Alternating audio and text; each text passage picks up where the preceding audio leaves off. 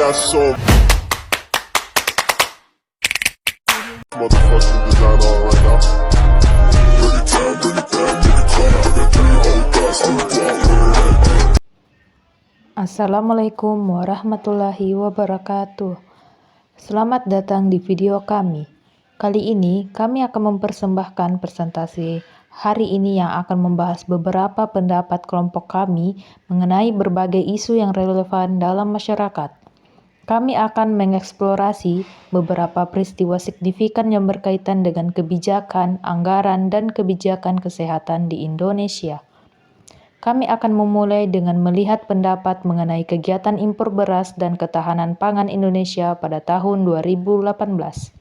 Lalu, berlanjut ke pendapat tentang temuan pemborosan dalam anggaran tahun 2020 dan akhirnya membahas pendapat terkait kenaikan tarif BPJS Kesehatan yang baru-baru ini diperlakukan oleh Presiden Jokowi. Tujuan presentasi kami adalah untuk memahami kerumitan isu-isu ini, merenungkan implikasi dari pendapat yang dibagikan, dan mengenali betapa pentingnya tindakan yang bijaksana dan transparan dalam mengambil keputusan pemerintah. Langsung saja kita ke kebijakan pertama. Pada tahun 2018, impor beras adalah langkah yang penting untuk menjaga stabilitas pasokan beras dalam negeri. Hal ini membantu mencegah lonjakan harga beras yang dapat merugikan konsumen. Kita harus mengakui bahwa Indonesia menghadapi tantangan dalam memenuhi kebutuhan beras bagi populasi yang terus tumbuh. Dalam beberapa tahun terakhir, produksi beras dalam negeri belum mencukupi untuk mencapai swasembada pangan. Oleh karena itu, impor menjadi salah satu solusi jangka pendek untuk mengatasi defisit pasokan. Namun, impor beras bukanlah solusi jangka panjang yang ideal. Indonesia adalah salah satu produsen beras terbesar di dunia dan seharusnya mampu mencukupi kebutuhan dalam negeri. Terlalu bergantung pada impor beras dapat mengancam kedaulatan pangan negara dan membuat kita rentan terhadap fluktuasi harga di pasar internasional. Oleh karena itu, pemerintah harus mengambil langkah-langkah konkret untuk meningkatkan produksi beras lokal seperti investasi dalam pertanian, penyediaan bantuan kepada petani, dan pengembangan infrastruktur pertanian yang mendukung. Impor beras pada tahun 2018 memang memberikan jaminan pasokan beras yang penting untuk menjaga stabilitas harga di pasaran. Hal ini dapat melindungi konsumen dari lonjakan harga yang berlebihan dan memastikan ketersediaan bahan makanan pokok bagi masyarakat Indonesia. Dalam kondisi tertentu seperti kekurangan panen atau fluktuasi harga global, impor bisa menjadi solusi yang efektif. Tetapi impor beras juga menimbulkan beberapa kekhawatiran. Indonesia memiliki potensi menghambat perkembangan pertanian lokal.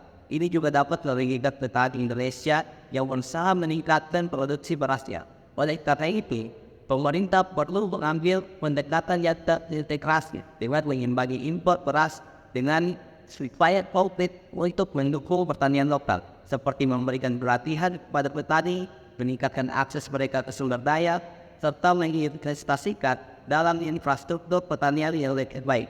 Dengan demikian, kita mencapai ketahanan pangan yang berkelanjutan dalam jangka panjang.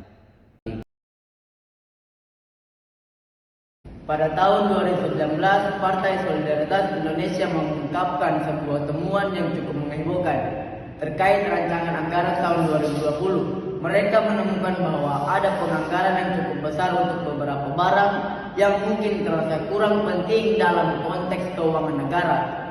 Sebagai contoh, ada alokasi dana sebesar 82 miliar untuk klaim Aibon, 124 miliar untuk ballpoint, dan angka yang cukup besar untuk kertas, tinta printer, stabilo, penghapus, dan kalkulator. Pentingnya temuan ini adalah untuk memahami bahwa uang tersebut adalah uang rakyat yang dikelola oleh pemerintah.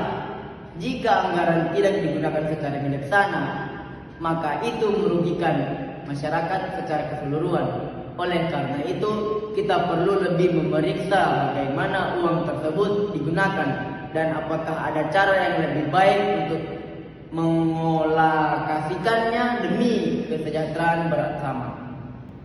Pentingnya untuk menyadari bahwa uang yang dianggarkan untuk barang-barang seperti lem aibon, ballpoint, dan lainnya yang bisa digunakan untuk hal-hal yang lebih penting. Misalnya, uang tersebut bisa dialokasikan untuk meningkatkan layanan kesehatan, memperbaiki infrastruktur, atau mendukung pendidikan yang lebih baik. Selain itu, temuan ini juga menggarisbawahi pentingnya transparansi dalam penggunaan anggaran publik. Masyarakat memiliki hak untuk mengetahui bagaimana uang mereka digunakan dan untuk apa. Oleh karena itu, pentingnya bagi kita sebagai warga negara untuk memastikan bahwa pemerintah memberikan informasi yang jelas tentang pengeluaran mereka dan penggunaan uang publik yang besar seperti sesuai dengan kebutuhan dan prioritas masyarakat. Dengan cara ini, kita dapat memastikan bahwa dana publik digunakan secara efektif dan bermanfaat bagi semua orang.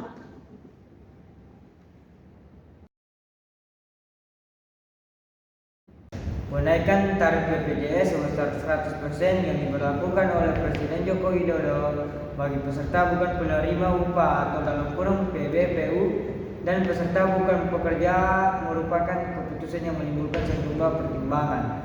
Sebagai bagian dari upaya untuk menjaga keberlanjutan program BPJS Kesehatan, peningkatan iuran mungkin dianggap sebagai langkah yang diperlukan. Hal ini dapat membantu memastikan bahwa dana yang cukup tersedia untuk membiayai layanan kesehatan bagi peserta BPJS dalam jangka panjang ini dapat berkontribusi pada pemeliharaan layanan kesehatan yang berkualitas dan keberlangsungan program kesehatan nasional.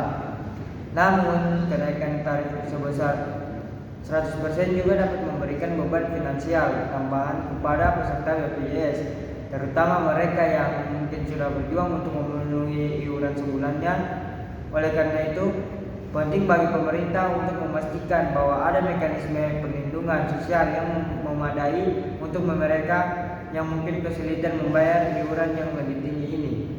Selain itu, perubahan ini juga menunjukkan perlunya komunikasi yang efektif dan partisipasi masyarakat dalam proses pengambilan keputusan terkait kebijakan yang mempengaruhi kesejahteraan mereka. Harapannya, kebijakan ini dapat dijalankan dengan transparansi dan berdampak positif dan pada penyediaan layanan kesehatan yang lebih baik bagi masyarakat secara keseluruhan. Itulah tadi hasil presentasi kami kelompok 2. Mari kita ingatkan bahwa pendapat-pendapat yang telah kita bahas hari ini mencerminkan keragaman sudut pandang dan masalah yang kompleks yang dihadapi oleh pemerintah dan masyarakat. Penting bagi kita semua untuk terus memantau kebijakan dan keputusan yang dibuat oleh pemerintah dan berpartisipasi aktif dalam proses demokrasi. Kita harus menjaga keseimbangan antara efisiensi pengelolaan anggaran, kepentingan jangka panjang, dan kesejahteraan masyarakat. Transparansi, akuntabilitas, dan partisipasi publik adalah kunci untuk memastikan bahwa uang dan sumber daya publik digunakan secara bijaksana dan untuk kepentingan bersama.